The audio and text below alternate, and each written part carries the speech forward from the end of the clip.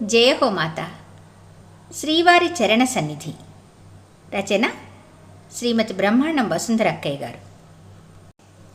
విషయ సూచికలో 2వ సంఖ్య. అనుగ్రహ భాషణ. ఓం శ్రీమాత్రే నమః. అనుగ్రహ భాషణ. శ్రీ శ్రీ శ్రీ స్వామి వాసుదేవానందగిరి. అమ్మా వసుంధర, మీరు పంపిన శ్రీవారి చరణ సన్నిధి అనే గ్రంథం చూచితిని. అమ్మను అమ్మగా అర్థం చేసుకొని అశేష జనానికి అర్థమయ్యేలా చేయాలని మీరు చేసిన కృషి శ్లాఘనీయం.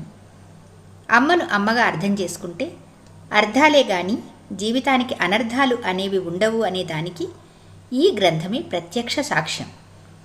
శ్రీరాముని కథ వాల్మీకి కన్నా లవకుశుల ద్వారా రాముడు విన్నప్పుడే దానికి శోభ. అదే రీతిగా అమ్మ కదలికలు వసుంధర వ్రాయుట వలన ఆబాల గోపవిదిత అనే మంత్రానికి అర్థమా అన్నట్లుగా అందరికీ అమ్మ అయిన అనసూయ సన్నిధి అనుభవాలు అర్థమయ్యే సరళ రీతిలో సాగినది. బాలా లీలా వినోదిని తల్లి తన బిడ్డ వద్ద తనకు ఏమీ తెలియనట్లు నటించి బిడ్డకు ఆనందం కలిగేటట్టు ఎట్లా చేస్తుందో అదే రీతిగా విశ్వభ్రమణకారిణి అయిన అమ్మ అందరిలో తను ఒకరిగా ఉంటూ ఏమీ తెలియనట్లు నటిస్తూ అందరినీ ఆనందింపచేయటమే తన క్రీడ. అమ్మ గురించి చెప్పే ప్రతి విషయము చదువుతున్నంతసేపు లలితా సహస్రనామాలలో ప్రతి మంత్రము ఈ గ్రంథంలోని విషయమునకు అన్వయిస్తుంది. ఇంతెందుకు, లలితా సహస్రనామాలు మంత్రాలైతే వాటి వివరణ శ్రీవారి చరణ సన్నిధి అనే ఈ గ్రంథం అంటే సరిపోతుంది. ఈ గ్రంథం యొక్క పేరు చూడగానే మాకు ఒక ఆలోచన కలిగింది.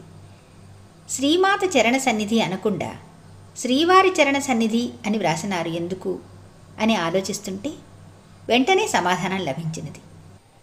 బహురూప బుధార్చిత అనే నామంలో చెప్పినట్లుగా అమ్మ శ్రీకృష్ణునిగా దర్శనమొసంగి వసుంధర మెడలో తాళి కట్టి తన జీవితాన్ని భరిస్తుందిగాన ఈ నామము సార్థక్యమని భావిస్తున్నాను. నిత్యము ఇది పారాయణ గ్రంథము.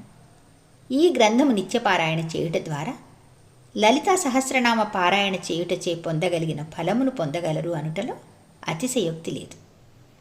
అమ్మ సేవలో స్వామి వాసుదేవానందగిరి, పెదపులిపాక, 27/3/2002. విషయ సూచికలో 3వ సంఖ్య. దయామణి. డాక్టర్ పొత్తూరి వెంకటేశ్వరరావు గారు. వసుంధర వ్రాసిన శ్రీవారి చరణ సన్నిధి పుస్తకాన్ని గురించి 2 మాటలు చెప్పే ముందు వసుంధర గురించి చెప్పవలసి ఉంది. అమ్మను గురించి అంతో ఇంతో తెలిసిన అందరికీ వసుంధర గురించి కూడా ఒకంత తెలిసే ఉంటుంది. అటువంటి వసుంధర గురించి చెప్పవలసిన అవసరం ఏమిటని ఎవరికైనా అనిపించవచ్చు. తెలిసిన విషయాల్లో కొన్ని మళ్ళీ చెప్పుకునేవి ఉంటాయి. వసుంధర సంగతి అలాంటిదే. ఒకే విషయాన్ని 4 పద్ధతుల్లో చెప్పవచ్చు. భావం ఒక్కటే కావచ్చును, కానీ వ్యక్తీకరణలో వైవిధ్యం ఉంటుంది. మరీ ముఖ్యంగా నాకు ఏదైనా సందర్భం కలిసి వస్తే వసుంధర గురించి 4 ముక్కలు రాయాలన్న ఆలోచన చాలా కాలంగా ఉంది. అందుకు కారణాలున్నాయి. వసుంధర నాకు మేనకోడలు. నా పినతండ్రి గాయత్రి ఉపాసకులు సీతారామయ్య గారి మనుమరాలు ఆమె. మనుమరాలు అంటే కూతురు. వసుంధరకు వివాహం వయసు వచ్చినప్పటి నుంచి నా పినతండ్రి ఆమె పెళ్లిని గురించి కూతురి మీద అల్లుడి మీద చాలా ఒత్తిడి తెస్తుండేవారు. మా స్వస్థలం పొత్తూరు గ్రామం. మా పినతండ్రి సీతారామయ్య ఆ గ్రామంలోనే ఉండేవారు. నేను పొత్తూరు గ్రామం వెళ్ళినప్పుడల్లా ఒకసారైనా వసుంధర పెళ్లిని గురించి నా పినతండ్రి తన మనోవేదనను వ్యక్తపరుస్తుండేవారు. 1959-60 నుంచి నేను తరచూ జిల్లెలముడి వెళ్ళి అమ్మను దర్శించుకుని వస్తుండేవాణ్ణి. అప్పటికే నేను హైదరాబాద్ వెళ్ళి జర్నలిజం వృత్తిలో స్థిరపడ్డాను. మా బావగారు కోన వెంకట సుబ్బారావు గారు, అక్క వెంకాయమ్మ గారు అంటే వసుంధర తల్లిదండ్రులు, వారి పిల్లలు చీరాల నుంచి జిల్లెళ్ళముడు వస్తుండేవారు. అమ్మ పట్ల ఆ దంపతులకు వారి సంతానానికి అపారమైన భక్తి. ఇది నాకు ప్రత్యక్షంగా తెలిసిన సత్యం. అందువల్ల వసుంధర పెళ్లి విషయంలో దిగులు పడవలసిన అవసరం లేదని నేను మా పినతండ్రితో అంటుండేవాడిని. కానీ అమ్మ మీద ఆయనకు కూడా భక్తి ఉన్నప్పటికీ సంప్రదాయ పద్ధతుల పట్ల అపారమైన విశ్వాసం ఉండి వాటిని అనుసరించడానికి అలవాటు పడిన వ్యక్తి కనుక వసుంధర పెళ్లి దిగులు నుండి ఆయన ఒకంతట బయటపడేవాడు కాదు. వసుంధర అమ్మను మొదటిసారి ఎప్పుడు దర్శనం చేసుకున్నదో నాకు తెలియదు కానీ బహుశా అప్పటి నుంచే తన భవిష్యత్తును గురించి ఒక దృఢమైన నిర్ణయాన్ని తీసుకున్నదని నాకు అనిపిస్తుంది. జిల్లెళ్ళముడి వెళ్ళి అమ్మను దర్శించుకున్న లక్షలాది మందిలో ప్రత్యేకించి అమ్మ నివసించిన ప్రాంగణంలోనే ఉండిపోవటానికి నిర్ణయించుకున్న వారిలో వసుంధరకు ఒక విశిష్ట స్థానం ఉన్నది. ఎందుకంటే తన జీవితాన్ని అమ్మ సేవకే వినియోగించటానికి వసుంధర ఎప్పుడో నిర్ణయించుకుంది. సరిగా ఎప్పుడంటే నేను చెప్పలేను కానీ ఈ పుస్తకం శ్రీవారి చరణ సన్నిధిలో వసుంధర తన నిర్ణయాన్ని గురించి స్పష్టంగానే చెప్పింది. 1964లో అమ్మను అడిగి తన మెడలో సూత్రం అంటే లాకెట్ కట్టించుకున్నది. ఈ సూత్రానికి అమ్మ 3 ముళ్ళు వేసింది. నా మనసులో నాకెటు నిర్ణయం అయింది, అమ్మ తప్ప మరేమీ వద్దని అని తన దినచర్య పుస్తకంలో వసుంధర రాసుకుంది. అమ్మ వసుంధర మెడలో 3 ముళ్ళు వేసింది 1964 మే 5వ తేదీన. అమ్మ అటు తర్వాత వసుంధర తన భార్య అని ప్రకటించింది. 1966 మే 5వ తేదీన అమ్మ వసుంధర మెడలో మంగళసూత్రాన్ని కట్టింది, 3 ముళ్ళు వేసింది. అమ్మ వసుంధరను వివాహం చేసుకొనడం ఏమిటని చాలామందికి ఆశ్చర్యం కలిగింది. కొందరు తమ ఆశ్చర్యాన్ని బయటికి వ్యక్తపరిస్తే ఇంకా కొందరు గుసగుసలుగా అనుకున్నారు. వివాహం అంటే కేవలం లైంగిక సంబంధమైన అనుబంధమేనా, అంతకుమించి అర్థం అందులో ఉన్నదా అని ప్రశ్నించుకుంటే ఉన్నది అనే స్ఫురించకమానదు. కేవలం లైంగికమైన అనుబంధమైతే అది పశుపక్షాదులకు ఉన్నదే. వసుంధర ఒకసారి అమ్మని అడిగింది, భార్య అంటే ఏమిటమ్మా అని. అప్పుడు అమ్మ ఇలా సమాధానం చెప్పింది, భావం తెలుసుకొని ప్రవర్తించేది భార్య, బాధ్యత తీసుకొని భరించేవాడు భర్త అని.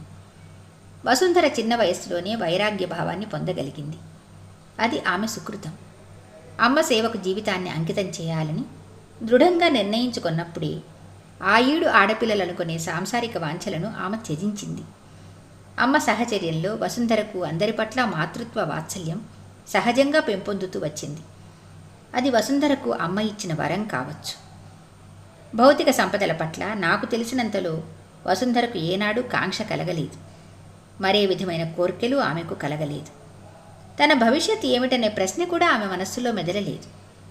అమ్మ తప్పితే ఆమె కోరుకున్నది మరేమీ లేదు. అందుకే అమ్మ చెప్పిన నిర్వచనం వసుంధరకు ఖచ్చితంగా సరిపోయింది. దశాబ్దాల సహచర్యంలో అమ్మ మనస్సు తెలుసుకొని అందుకు అనుగుణంగా నడుచుకోవడమే వసుంధర జీవిత శైలిగా కనిపిస్తుంది. అమ్మ ఒక సందర్భంలో రుక్మిణి, సత్యభామ, రాధ దృక్పథాలలో వ్యత్యాసాన్ని చెప్పింది. రుక్మిణి నేను కృష్ణుని భార్యను అనుకుందట. సత్యభామ కృష్ణుడు నా భర్త అంటుందట. కానీ రాధ మాత్రం కృష్ణుడితో నీవు ఎవరివైతే నాకేం, నీవు నాకు కావాలి అంటుందట. చిన్న మాటలో అమ్మ ఎంతటి భావాన్ని నిక్షిప్తం చేసి చెప్పిందో గమనించండి. రుక్మిణి మాటల్లో వినయ విధేయతలు ఉన్నాయి. సత్యభామ పలుకులో అహంకారం ఉంది. రాధలో కృష్ణుడు తనకు కావాలన్న గాఢమైన కాంక్ష తప్ప మరేమీ లేదు. రాధ భక్తి తత్వాన్ని చెప్పడానికి వసుంధర జీవితాన్ని ఉదహరించవచ్చు. తనను తప్పించి వసుంధర మరేమీ కోరదన్న సంగతి అమ్మ తనకు తెలుసునని ఇతరులకు తెలియచేసిన సందర్భాలు ఉన్నాయి. వసుంధరకు అమ్మ పెట్టిన పేరు దయామణి. ఎందుకు ఆ పేరు పెట్టిందంటే వసుంధరకు తను అంటే అమ్మ తప్పితే మరేమీ అక్కర్లేదు కనుక అని చెప్పింది. అమ్మ వసుంధరతో నువ్వైతే ఒకటి నేనైతే ఒకటినా, మనిద్దరిలో ఎవరైనా ఒకటేగా అన్న సందర్భాలు అనేకమున్నాయి. అమ్మ ఆలోచనలేమైనా, వసుంధర ఆలోచనలేమైనా మా బావగారు కోనా సుబ్బారావు గారికి, అక్కగారు వెంకాయమ్మ గారికి కూతురు వివాహం విషయంలో దిగులు తీరింది. మిగతా వాళ్ళు ఏమనుకున్నారన్నది లెక్క చేయవలసింది కాదు. అందుకే అమ్మ అన్నది, ఎవరేమనుకుంటే మాకే. అమ్మ అలా అన్నప్పుడు నాకు ఎంతో బలం చేకూరినట్లయింది అని రాసుకున్నది వసుంధర తన దినచర్య పుస్తకంలో. వసుంధరకు అమ్మతో అనుబంధం ఏర్పడిన రోజు మొదలుకొని అమ్మకు నివేదన ఇస్తేనే గాని భోజనం చేసేది కాదని అందరింట్లో అందరికీ తెలుసు. నిత్యం ఉదయం స్నానం చేయగానే వసుంధర అమ్మ పాదాల మీద తులసి దళాలు వేసి పూజ చేయడం కూడా చాలామందికి తెలిసిన సంగతే. బామ్మగారు అంటే అమ్మ అత్తగారు పోయినప్పుడు అమ్మ దీపారాధన చేయవలసి వస్తుండేది. దశాహం వరకు జరిగే క్రతువులో అదొక అంశం. 1965 జూన్ 3వ తేదీన అమ్మ అలా దీపారాధన చేసి, నే చచ్చిపోయినప్పుడు మా వసుంధర ఇట్లాగే చేస్తుంది నాకు అని అక్కడున్న వాళ్లతో అన్నది. అంతటితో ఊరుకొనక, నేనిట్లా అన్నానని వ్రాసుకో అని కూడా అన్నది.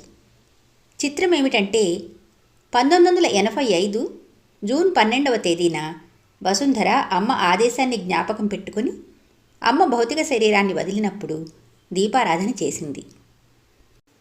అమ్మ జీవితంలో అలా ఒక విశిష్ట స్థానాన్ని సంపాదించుకున్న పుణ్యాత్మురాలు వసుంధర.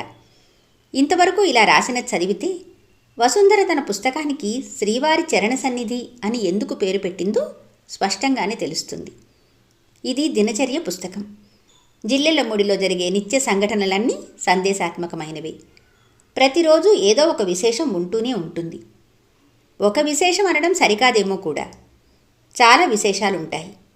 చెవులు పెట్టి వినాలే గాని, కళ్ళు తెరిచి చూడాలే గాని, లెక్కకు మించి విశేషాలు అమ్మ సమక్షంలో జరుగుతుండటం తెలుస్తుంది. అందువల్లనే అక్కడ జరిగే విశేషాలను దినచర్య పుస్తకంగా రాయాలని అందరింటి అన్నయ్యలు, అక్కయ్యలు నిర్ణయించారు. అమ్మ ఆ ప్రతిపాదనను ఆమోదించింది. అలా రాసిన వాళ్లలో ఒకరు వసుంధర, మరొకరు కుమారి, ఇంకొకరు గరుడాద్రి, వేరెవరెవరో కూడా ఉన్నారు. పేర్లు నాకు జ్ఞాపకం లేవు. ఎవరు రాసినా వారికి అమ్మ ఆశీర్వచన బలం ఉండేదనిపిస్తుంది. నిపుణుడైన పత్రికా విలేఖరి రాసినంత బాగా ఉంటుంది రచన. అవసరమైన వివరాలన్నీ అందులో ఉంటాయి. అవి చదువుతుంటే మనం అక్కడి సన్నివేశంలో ఆ క్షణాన ఉన్నామన్న అనుభూతి కలుగుతుంది.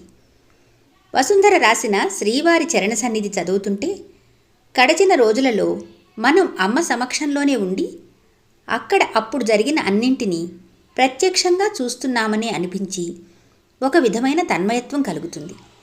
నాకు అలా అనిపించింది. ఇతరులకు కూడా అలా అనిపిస్తుందని నా నమ్మకం. అసాధారణమైనవి, అద్భుతాలు అనిపించేవి అనేక సంఘటనలు అక్కడ అనేకం జరుగుతుంటాయని ఈ పుస్తకం చదివే కొత్త వాళ్లకైనా అనిపిస్తుంది. యాదృచ్ఛికమనో అతిశయోక్తి అనో హేతువాదులు వ్యాఖ్యానించవచ్చు. నమ్మడం, నమ్మకపోవడం వారి వారి ఇష్టాయిష్టాలను బట్టి ఉంటుంది. నమ్మిన వాళ్ళు నమ్మవచ్చు, వద్దనుకుంటే అది వారి ఇష్టం. కానీ సంఘటనలను వర్ణించిన తీరు ప్రతిభావంతమని ఎవరైనా అంగీకరించక తప్పదు. అమ్మ ఎవరినీ నమ్మించడానికి ప్రయత్నించలేదు, ఎవరి అభిప్రాయాలను ఖండించలేదు, తన వద్ద మహిమలు ఉన్నాయని ఎప్పుడూ చెప్పలేదు. నిజానికి అమ్మ కూడా హేతువాదే. దయ్యం లేదసలు, మన మనస్సే దయ్యం, మనస్సే దైవం అన్నది అమ్మ. మూఢ విశ్వాసాలను ఇంతకంటే గొప్పగా ఎవరైనా ఖండించే అవకాశం ఉన్నదా? అమ్మ దగ్గరకు లక్షల మంది మరి ఎందుకు వస్తున్నట్లు, ఏమి ఆశిస్తున్నట్లు? అమ్మే ఇందుకు సమాధానం చెప్పింది. ఏడుస్తూ అనుభవించేవాడు నవ్వుతూ అనుభవించేవాడి దగ్గరకు వస్తాడు అని. అమ్మ కూడా సాంసారికమైన కష్టాలు ఎన్నింటినో అనుభవించింది.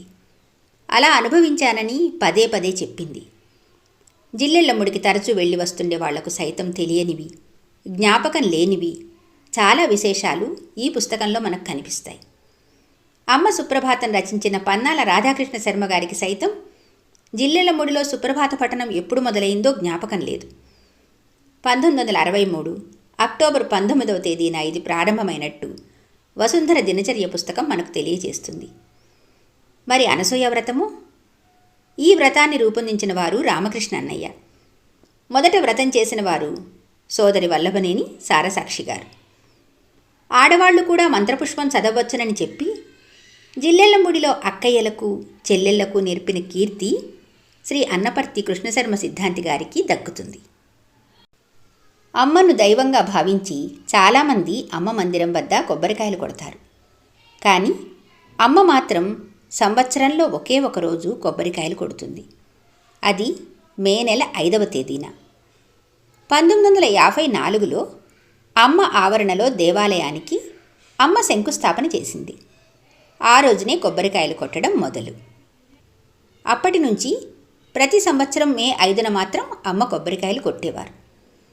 అమ్మ ఎప్పుడైనా ఏదైనా అంటే అది వ్యర్థంగా పోదు. ఎప్పటికైనా జరిగి తీరుతుంది అన్నది జిల్లెళ్ళముడి అనుభవం.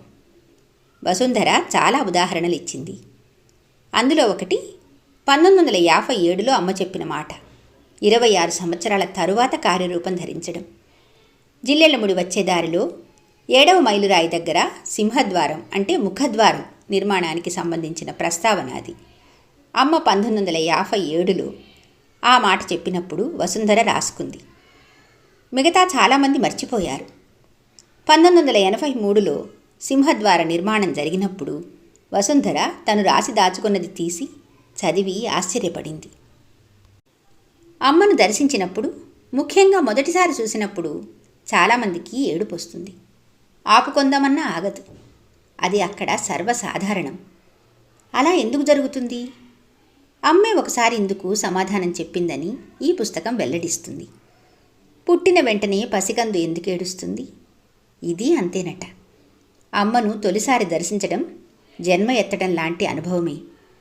వసుంధర త్యాగమయి, కరుణామయి, అమ్మతో జీవితాన్ని పంచుకున్న అసాధారణ మూర్తిమత్వం ఆమెది. ఈ పుస్తకం ద్వారా వసుంధర తన రచనా ప్రతిభను సూచనప్రాయంగా తెలియజేస్తున్నది. మరో 25 ఏళ్లకో 50 ఏళ్లకో ఇలా వసుంధర అనే ఒక ఆమె అమ్మను వివాహం చేసుకున్నదంటే ఎవరైనా నమ్ముతారో లేదో. అందుకే ఈ పుస్తకం ప్రచురణ ఒక చారిత్రక అవసరం. జయ హో మాతా.